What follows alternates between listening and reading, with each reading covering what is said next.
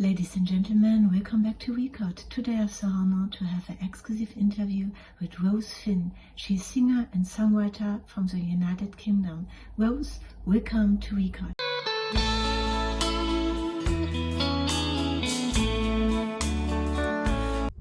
How did your love for music begin?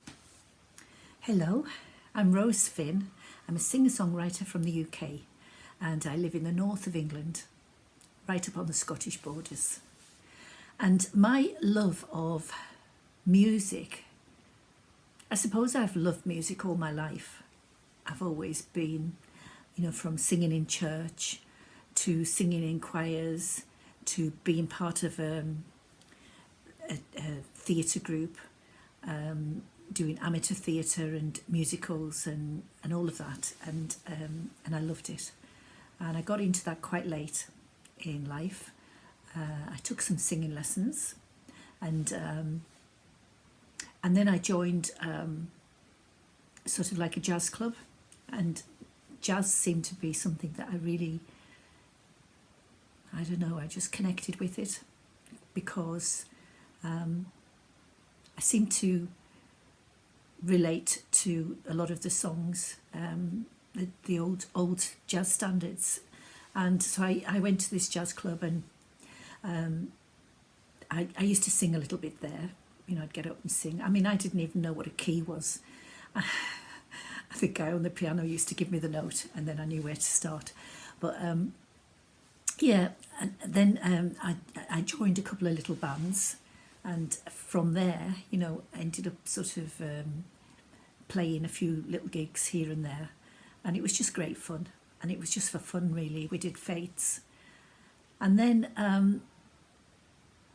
then my friends bought me some recording time in a recording studio for a birthday. They clubbed together and they bought me this recording time, and I was, amazed, because it wasn't something I'd ever thought of doing. I didn't really think I was good enough or anything like that. It was just something that I loved to do. Anyway, it took me 12 months before I went into the recording studio to pluck up the courage.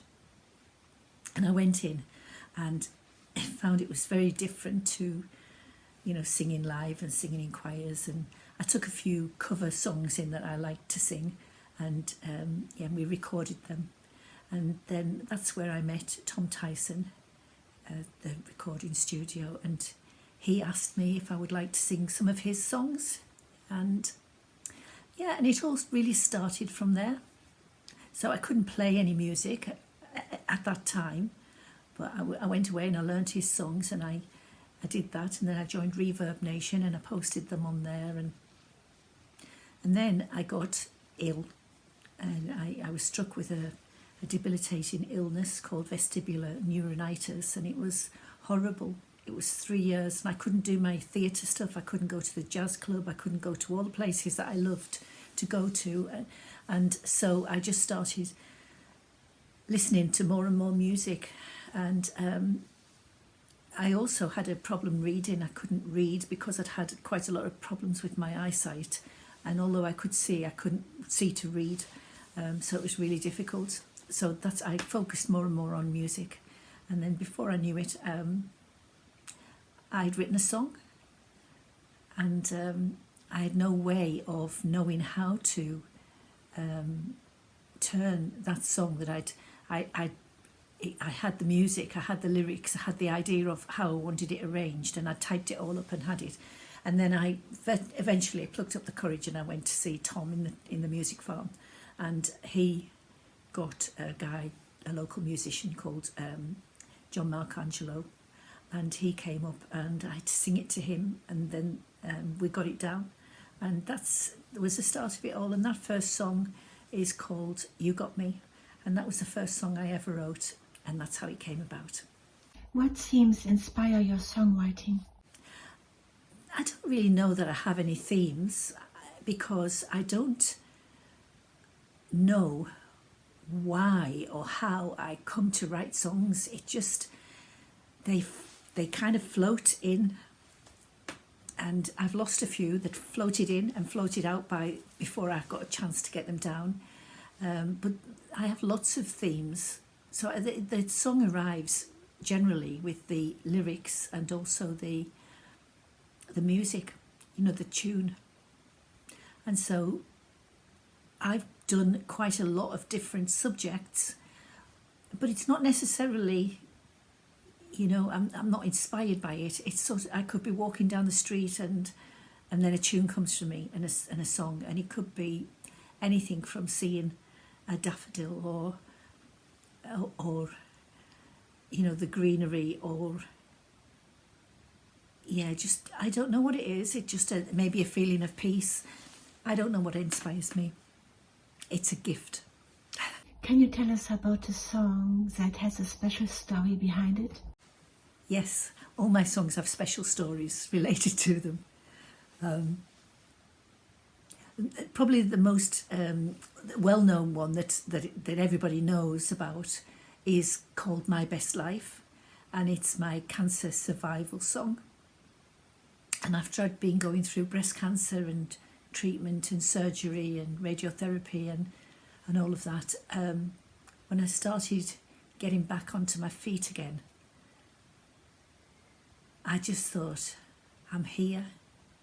I don't know how, but I'm still here. And it doesn't matter now, because I'm here and I'm going to live my best life. So that's the, you know, that the lyrics and everything around that song is all about challenging yourself to keep going, because we're very lucky to be here on this earth, and where many are not. So that's my, you know, went through it, got there, climbed the hills, fought it, but still I'm here, and I hope it's upbeat and helps other people to feel positive. How would you describe your sound to someone new? I've no idea, because I'm a complete mix of genres, different genres, but I probably do have, my voice is probably quite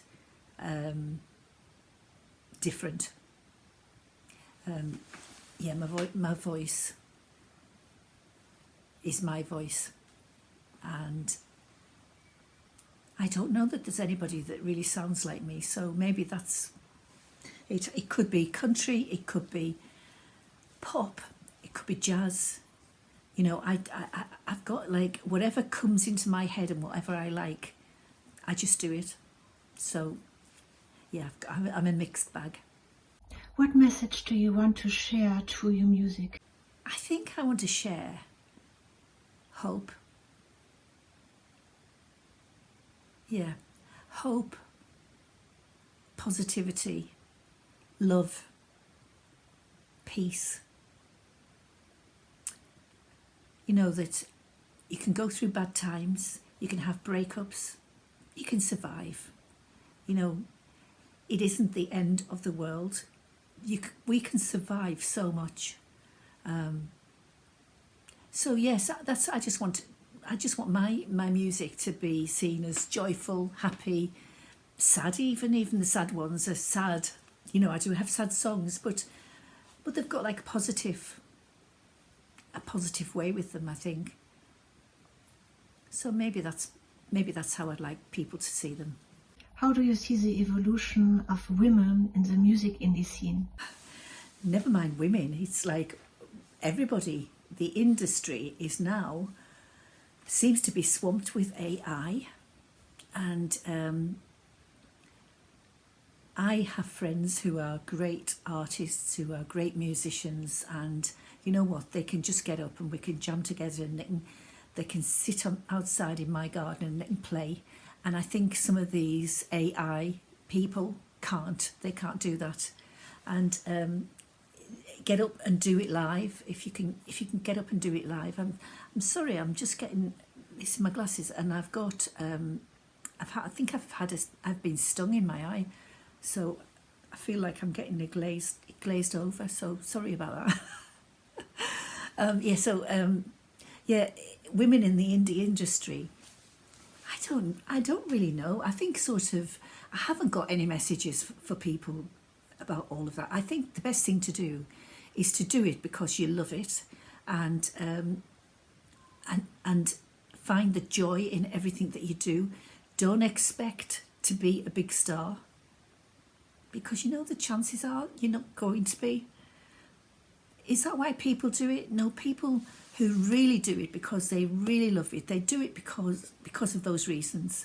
I love to get together with my friends and just have a little session, and we'll just play guitar and sing, and go through some of my songs and some of their songs, and it's just the best time. And it's not something that, if I don't get the streams, I'm not really bothered. If people find me and they like what they hear, then that's great. But I think I don't do it to try and be famous or to be, to be popular. But I do know that there's lots of people out there who are struggling to get heard, and they're great musicians, and it is hard.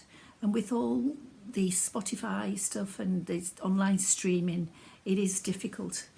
And a lot of the times you'll find it's people who don't know you, who you don't know, who are playing your music. People you don't know who play your music. Your family and friends, my family and friends, they don't always know what I'm up to, because they have their lives and I have my life, and I don't want to bore them with everything that I'm doing. So yeah, I don't have an answer for that. I think just keep going, keep doing what you're doing, and do it because you love it. And maybe you'll get lucky, and maybe you won't. I know that there's this one lady I think is absolutely marvellous. She's called Kessia Gill, and she's been playing since she was 7 years old. I think she's about 43 or 44 now, and she's just starting to make it. And honestly, she's been at it all her life, and she's brilliant. So there are so many fantastic people out there who are struggling, and I just think, do it because you love it. That's my advice. Which artists have influenced your style the most? Billie Holiday. I was always like a fan of Billie Holiday. I love listening to her. Back in the day when I listened to a lot of Billie Holiday and the old jazz standards, and Judy Garland, and The Man That Got Away. I loved all of that, and Ella Fitzgerald, and Anita O'Day. So, and then I moved on to, I found a few songs that I liked of Imelda May, and I just thought she was fabulous. So I do sing a few of her songs. I love them, and in particular, Big Bad Handsome Man, Inside Out, and Kentish Town Waltz. Oh, it's beautiful. So yeah, I do like Imelda May, but I've kind of got my own style, I think. It's a bit bluesy, a bit jazzy, a bit country-ish. I've met some lovely people, artists online. One of them is Lofthouse Leo. He's a South African artist.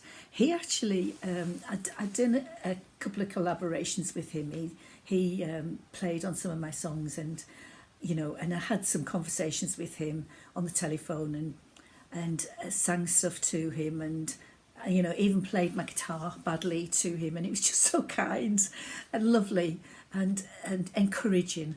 So what he influenced me with is to enjoy electro pop, which I do quite like. So I learnt that from him.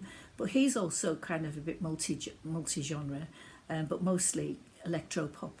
And then a guy, Bob Hausler, he's American. He got in touch with me with a song and asked me if I would sing it, and that was a country song, Make Up and a Smile. And I listened to it and I thought, I really like that, so I'll do it, yeah. And then Jordan E. Spivak, I probably said that wrong, he got in touch with me and asked me if I would sing his song, Wherever You Go. And that's another beautiful song, and it's kind of ever so slightly jazz, but ever so slightly maybe folkish even. But yeah, so I kind of, as I said earlier, I'm a bit of a mixed bag. I've done collaborations with people. I've done a collaboration with another guy, Luis Atoza from Venezuela. Oh, he's a lovely, lovely guy. And, you know, I wrote the lyrics and he wrote the music and he sent it to me. It was quite rocky. And I just thought, oh, I don't know if I can do this. And then it happened and I was able to write the lyrics and sing it. And that's called, that was during COVID where, you know, everybody had a mask on. And so it was like the breeze doesn't touch your face, and the breeze doesn't touch your face because, you know, the mask. And it's all about seeing your loved ones, maybe that you haven't seen them in a long time, and they're in homes, and maybe some of them suffer from dementia. And it's quite a dark, deep song. And I don't know whether, you know, you get it immediately, but, you know, I see you through the window. You look so differently.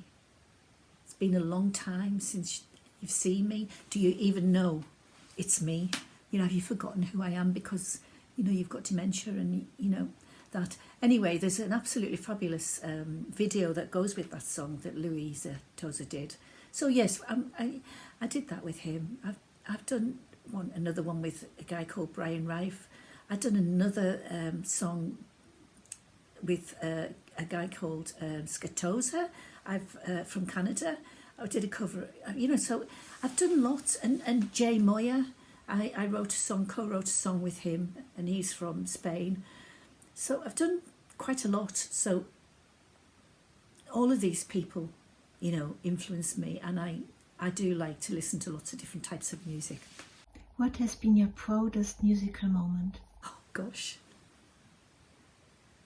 my proudest musical moment.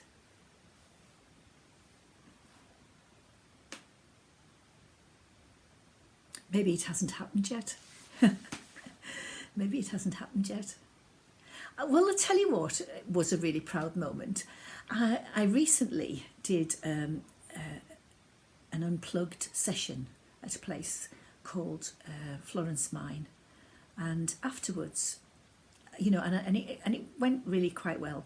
And afterwards, a couple of weeks later, I met someone and I was introduced to them, and then they asked my friend, I thought that was Rose Finn because I have a kind of local name, which is Maz. And she said, I thought she was called Rose Finn. And she said, oh, that's her artist name. She said, I saw her at Florence Mine and she was brilliant. So I was like, wow, that was fabulous. So do you know what? That's just one person. And when one person likes what you do, that's enough. It really is. It really is enough. So, yeah, I haven't had any great big moments. Well, I think I've done well. My songs are out there and they're streaming well. They get perceived well. I love making videos. And, yeah, I've got too many happy, proud moments to mention. I wouldn't be able to fit them all in here. What inspires you outside of music? Well, I love my family. My family are everything to me. And, you know, we have a quite wide, large family across the globe, really, I suppose. But I love my family. And I'm always inspired by them. But I have a real fabulous group of friends and musical friends, and I'm inspired by them. I have a group of friends who we've all went through theatre and everything together and done plays and musicals, and and I really, you know, they're really great. So I'm inspired by going to see live theatre. There's just nothing better, going to see something live and real. So I love all that, and live music. That's, yeah, I'm inspired by that. Yeah, great. What's next for your artistic journey? Oh gosh. I don't know whether I've written my last song or not, because I don't sit down and think I'll write. I just let the music come to me, and I have got a few things that I haven't finished that have been in, that are there in unfinished works. But really, in my musical journey, it's all now about me just getting to be a bit of a better player, because I play guitar and I play ukulele, and I don't play them great, but I love it and I just do my best. And so if I can get better at that, that would be good. And I've done a few live TikToks and I've quite enjoyed that. I just love doing live work. I just love it. There's nothing better than being in front of a live audience. And that audience could be 5, 10, 20, 100, whatever. It doesn't really matter. I love busking. I love meeting people when they come by and have a chat with you.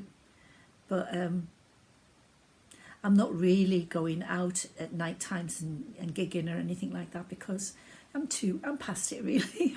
I feel like I'm past it. But the next thing I've got to look forward to is a beer festival in May.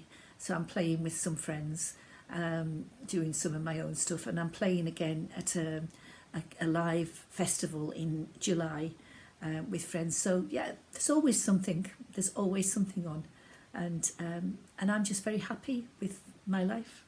So thank you very much. And that's all from me today. Bye bye. Thank you so much, Rose, for this exclusive interview, and I wish you all the best.